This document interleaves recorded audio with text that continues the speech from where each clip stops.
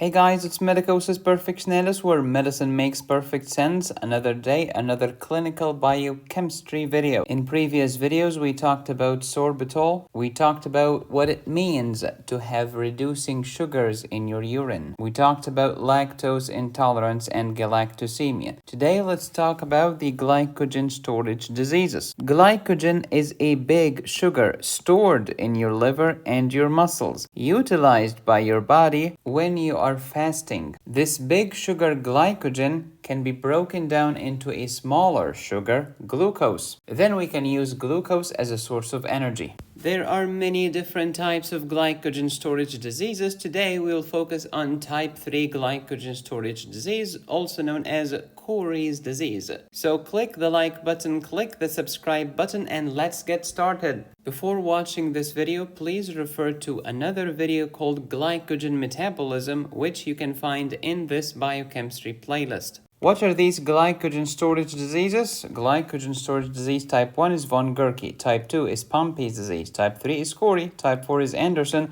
type 5 is McCardle, and type 6 is Ehr's disease. If the genie came to me and said to me, "Hey Medicosis, you have been cursed by a glycogen storage disease, which one would you choose?" Well, I hate all of them. If I have to choose, I'll go with Cori, or glycogen storage disease type 3. Why is that? Because it's a mild disease. For sure, I will not choose type 4 or Anderson. That's evil. This can lead to death early in childhood. So these are the most important glycogen storage diseases, but these are not all of them. In fact, there are about 15 or so, maybe more today, glycogen storage diseases. These are the ones that we'll discuss. All of them are autosomal recessive, although be careful because some of them can have more than one pattern of inheritance. These disease symptoms usually manifest themselves in infancy or early childhood. There is no predilection towards females or males. Now let's memorize one or two things about each disease. Von Gerke's disease is the most common, although some textbooks will claim that type 6 is now the most common. Von Gerke is the one that affects the liver. It has high uric acid, which increases the risk of gout, and it can have anemia. Next, type 2 is Pompey's disease. Pompey, remember the pump, the heart, cardiomyopathy, arrhythmias, etc. Type 3 is Cori, a very mild disease. That's why I drew a smaller liver relative to von Gerke. Symptoms are similar, but von Gerke is way more severe than Cori disease. Type 4 is Anderson, pure evil, cirrhosis, ascites, splenomegaly, and it can lead to early death. Type 5 is McCardle. McCardle, remember skeletal muscles, which will lead to generalized muscle weakness all over the body. Type 6 symptoms are similar to type 1. Now let's talk about glycogen. Glycogen is what? It's a big sugar. The big sugar stored in animals is glycogen. In plants, starch. Now let's review what we've said before about the difference between insulin world and glucagon world. Insulin is the land of abundance. When you eat, when you are in the feeding state, well, you have too much stuff. So you can afford to store it for later. Amino acids can be built up into proteins. Glucose will be built up into glycogen,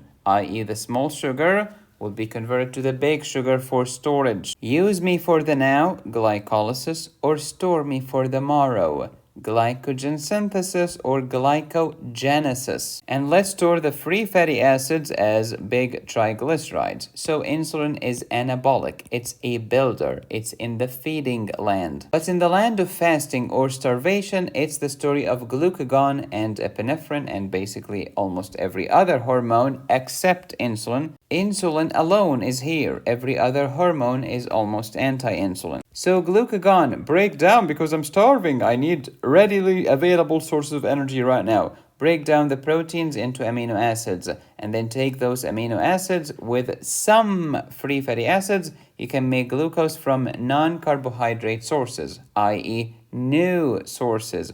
Glucogenesis. I will make glucose from new sources. Break down that glycogen into glucose in a process known as glycogenolysis. So in the feeding state, insulin will help you build up glycogen.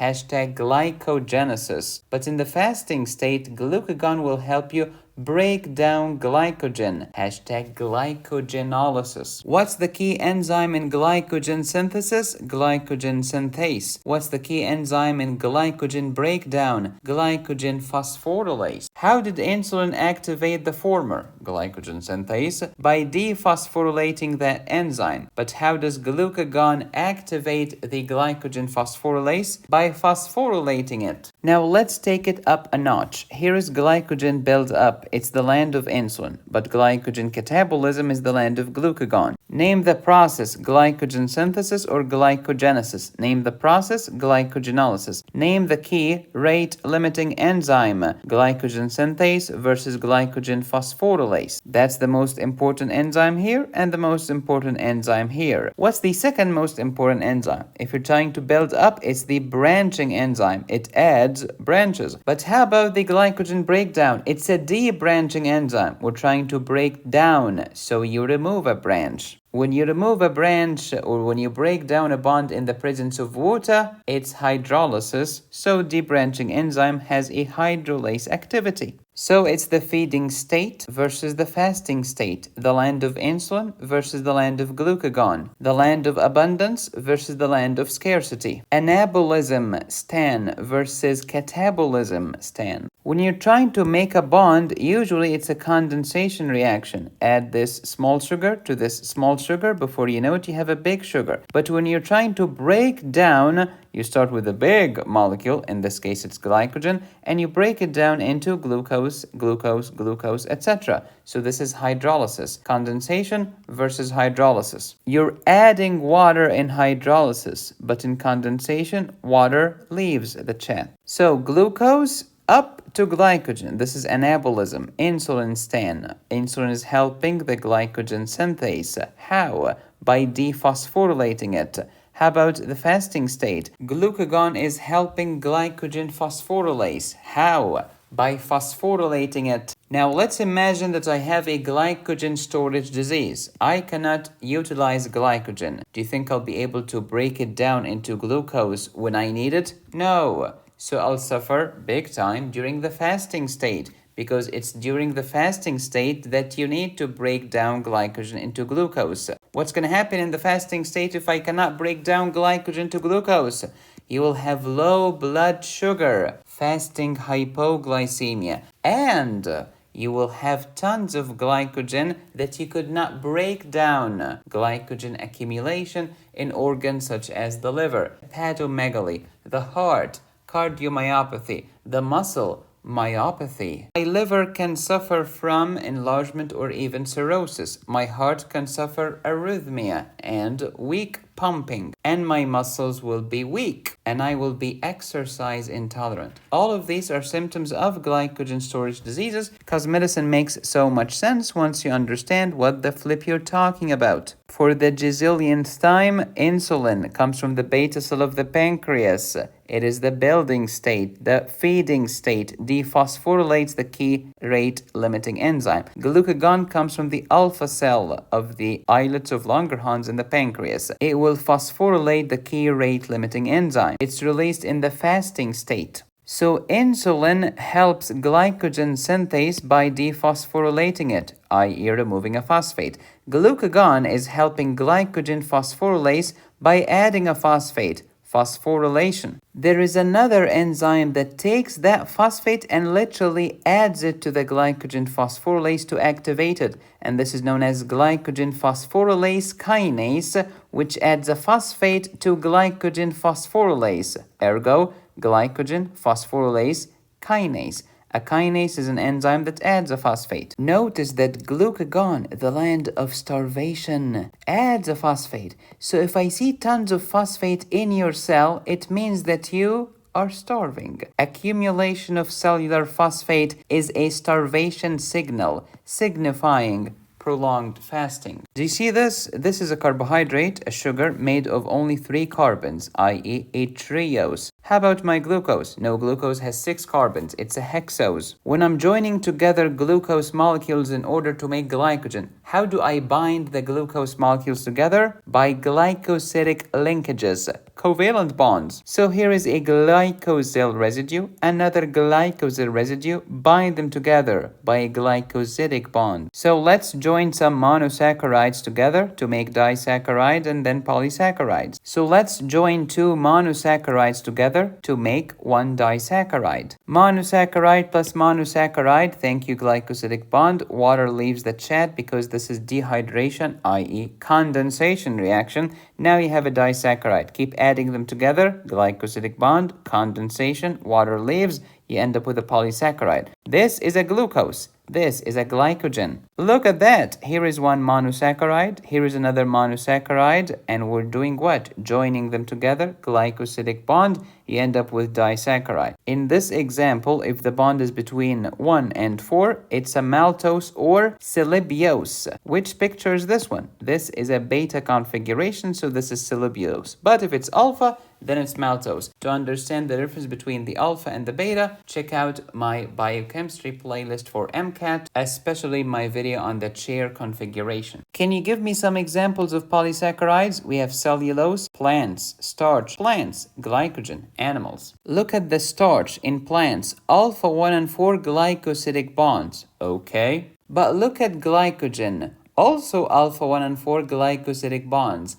And it branches up or down at alpha 1 and 6 glycosidic bonds. So if you keep adding glucose, glucose, glucose, glucose in series like this, horizontally so to speak, you're using alpha 1 and 4. But to add a branch above it or below it, you will be branching at alpha 1 and 6. Let's build up glycogen. You need glycogen synthase, that's the main enzyme. What's the second most important? Branching enzyme. Let's do the opposite, glycogen to glucose. Alright, I will need glycogen phosphorylase, that's the key rate limiting enzyme. I'll need a debranching enzyme, and the last step is to convert glucose 6-phosphate into glucose. How do you do that? Just remove a phosphate. How do you remove a phosphate? Phosphatase. I'm removing a phosphatase from carbon number 6 of glucose, so it's glucose 6-phosphatase. What are the names of the organs that have glycogen in them? Liver, that's the most important one, and the muscle. But there is a huge difference between the two. You see this last enzyme? It's only present in the liver, not in the muscle, which means the only organ that can give you free glucose without phosphate is the liver. The muscle can never do it. And that's why when the liver breaks down its own glycogen, it can give you pure glucose for your blood, which will go to every other organ. Heart, brain, muscles, kidneys, you name it. But when the muscle breaks down its own glycogen, it will go all the way until glucose 6-phosphate and stop because the muscle lacks the enzyme, glucose 6-phosphatase, necessary to convert glucose 6-phosphate into glucose, which means glucose 6-phosphate will end up being trapped in the muscle because phosphorylation fixes stuff. This glucose 6-phosphate is fixed in the muscle. It can never leave, which means the muscle glycogen can never serve as a source of glucose for your blood. Put differently, the liver is altruistic, but the muscle is egotistic. The liver's glycogen will give glucose to every organ, but the muscle's glycogen gives energy only for the muscle. Greedy. And that's why in type 1 glycogen storage disease, von Gerke's, the patient suffers from what? Fasting hypoglycemia. Because now the liver lacks this enzyme and cannot provide us with glucose for the blood. So during fasting, the patient suffers from low glucose in the blood. Contrast that with type 5 glycogen storage disease, myocardial disease, where the problem is in the muscle glycogen phosphorylase. Do you think this muscle will be able to break down its glycogen to glucose 6-phosphate? No, so the muscles will be weak. But will my serum glucose be affected? No, because the muscle never gave us glucose. So if the muscle is screwed up, tough on the muscle. but not on the rest of the body. If the muscle is suffering, but the liver is healthy, the liver will give me glucose for the blood and I will not suffer from fasting hypoglycemia. Medicine makes so much sense once you understand what the flip you're talking about. I am showing you this slide just to tell you that the word amylose, amylopectin, etc. refers to what? Big sugar. Dextrin is also another word to associate with carbohydrate. In the feeding state, insulin approves this message. Let's make glycogen. Glucose into glucose 6-phosphate. How do I do this? Hexokinase or glucokinase. And then glucose 6-phosphate into glucose 1-phosphate. Oh, so the phosphate jumped from 6 to carbon number 1? Exactly. What's the name of this mutating enzyme? Phosphoglucomutase. Then glucose 1-phosphate through many steps will give us glycogen. Thank you, glycogen synthase. Thank you, branching enzyme. Now we have glycogen, okay? However, in the fasting state, epinephrine and glucagon approve this message. Glycogen phosphorylase, debranching enzyme. Glycogen becomes glucose 1-phosphate, and then by the same mutase, glucose 6-phosphate. By the key enzyme glucose 6-phosphatase, part of gluconeogenesis and glycogenolysis, you convert glucose 6-phosphate into glucose by removing a phosphate group. Let's make glycogen. First, glycogen synthase. It keeps adding glucose in the alpha 1 and 4 direction, in just one direction, in series, horizontally. If you want to add a branch above me, that's alpha 1 and 6. You need to talk to the branching enzyme, not the glycogen synthase. Glycogen synthase is only 1 and 4. How about branch up or branch down? That will be alpha 1 and 6. It's a transferase, so to speak, because it transfers glucose from here to here. So the branching enzyme could be thought of as a transferase. Alpha 1 and 6 transferase to be specific. Here is the horizontal chain, alpha 1 and 4. If you want to add a branch above it, alpha 1 and 6. This is glycogen synthase. This is the branching enzyme. Mnemonic time. Alpha 1 and 4 keep moving forwards. Whereas alpha 1 and 6 is sexy, which means someone has to jump on top. I am sorry. Next, let's break down glycogen into glucose. First, glycogen phosphorylase. What does that do? It breaks down the alpha 1 and 4. Oh, in the main chain. Yep. Next, you remove part of the branch. Look at this. Who's going to remove this? Debranching enzyme. You remove it from here and you add it to the main branch. So you can think of the debranching enzyme as alpha 1 and 4. Alpha 1 and 4 transferase. But when you cut, it's alpha 1 and 6 glucosidase. There is another alpha glucosidase in the lysosome. The lysosome is full of acids. That's why they call it lysosomal acid alpha glucosidase, which is still a debranching enzyme, so to speak. We can call it lysosomal alpha 1 and 4 glucosidase. It has alpha 1 and 4 activity and alpha 1 and 6 activity, just like a good old debranching enzyme. The key concept in many of these glycogen storage diseases is that I either cannot make glycogen or, more commonly, cannot break down glycogen into glucose. And of course, if I cannot make glycogen, I will not be able to utilize glycogen later. No input, no output. The end result is whenever I fast, I cannot break down glycogen to glucose, so I get fasting hypoglycemia. All of that glycogen will accumulate in my liver, hepatomegaly, or in my muscle problems, or in the heart, cardiomyopathy. Since this process of glycogenolysis is normally responsible for providing my blood with glucose in the first 48 hours after my last meal, these patients will suffer symptoms of hypoglycemia in the first 48 hours after their last meal. It could be anywhere from here to here. Within all of that range, the most common part will be here. So within half a day to 1.5 days of the patient's last meal, the patient will suffer the most. What's the normal? The liver stores glycogen for the blood. What's the abnormal in these glycogen storage diseases? Fasting hypoglycemia. What's the normal? The skeletal muscle stores glycogen, and this glycogen is only for the muscle. The muscle is egotistic. So therefore, glycogen storage diseases that affect the muscle will lead to muscle weakness because the muscle cannot utilize glycogen as a source of energy for itself. But the diseases that affect the muscles only, like myocardial disease, usually do not have fasting hypoglycemia. Next, red blood cells do not store glycogen. That's why in these glycogen storage diseases, you will never hear of hemolytic anemia. But hemodicosis von Gerke's disease might have anemia. Yeah, anemia. We do not know its cause, but it's not hemolytic anemia. Even if it is hemolytic anemia, every rule has exception. So these are the 6 glycogen storage diseases. Von Gerke's disease is missing glucose 6-phosphatase, and we call this type 1. How about type 2? Pompey's disease. Think of Pompey, pump.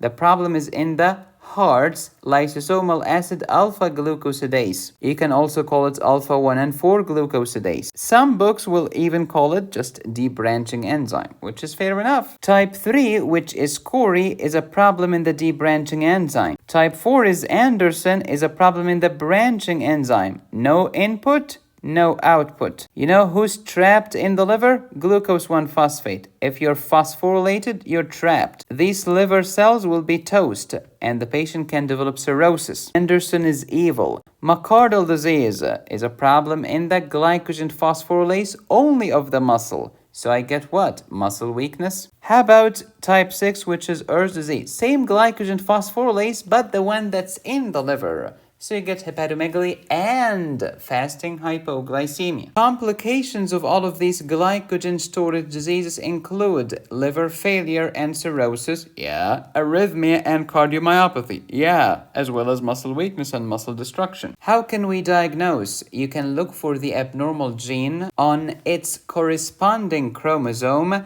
and you can measure the level of the enzyme. It will be lacking. For example, von Gerke's disease will have very low levels of glucose 6-phosphatase. And since in almost all of them, glycogen keeps piling up and accumulating, you can test for this by the periodic acid Schiff immunohistochemical technique. PAS loves sugar. And if you have too much of it, you will be PAS positive. Management. Well, since fasting hypoglycemia is a common concern, keep the patient on a diet that provides regular glucose supplement. Do not let the patient fast for a long time. If you can give the patient the enzyme that is missing, that's amazing. When the liver is toast, it's time for liver transplant. When the heart is toast, it's time for heart transplant. Before the heart is toast, if it's just arrhythmia, you can add a pacemaker. In the upcoming videos, we'll talk about each of these diseases in detail with a mnemonic.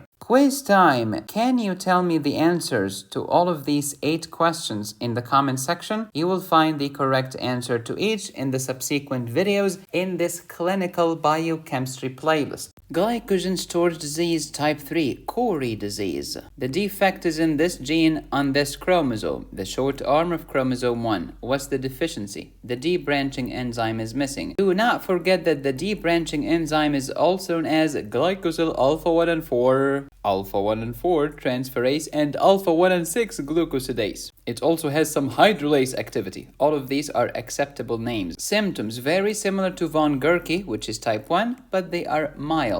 The mnemonic that I use is that I remember Madame Marie Curie. Cori, Curie. She was very mild. She was not aggressive. She did not have any time to cook, so she ate a lot of chocolate and sweet, hopefully storing some glycogen in the liver instead of breaking it down. And how many Nobel Prizes was she awarded? Double Nobel Prizes. Debranching enzyme deficiency. Just my mnemonic of remembering Cori disease. Management is very similar to von Gerke. Special diet, try to replace the missing enzyme, and in the case that the liver is toast, liver transplant, which is very unlikely in Cori disease. Here is a mnemonic for Cori disease or glycogen storage disease type 3. For Cori, remember Madame Marie Curie. She was very mild, such a nice person, not aggressive, which means lactic acidosis and ketoacidosis extremely unlikely. It's a mild disease. Pattern of inheritance, autosomal recessive, Mendelian pattern. How many Nobel Prizes was she awarded? Answer 2.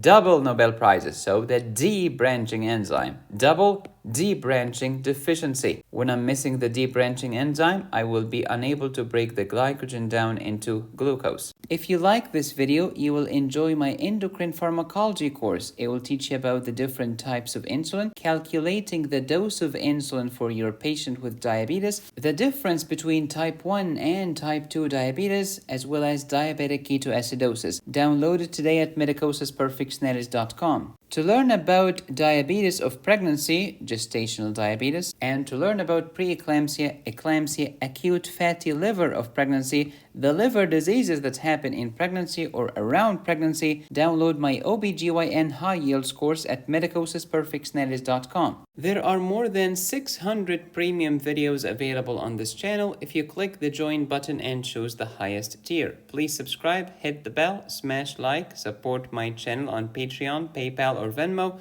Go to my website to download my courses, notes, and cases, or if you would like me to personally tutor you. Be safe, stay happy, study hard. This is Medicosis Perfectionalis, where medicine makes perfect sense.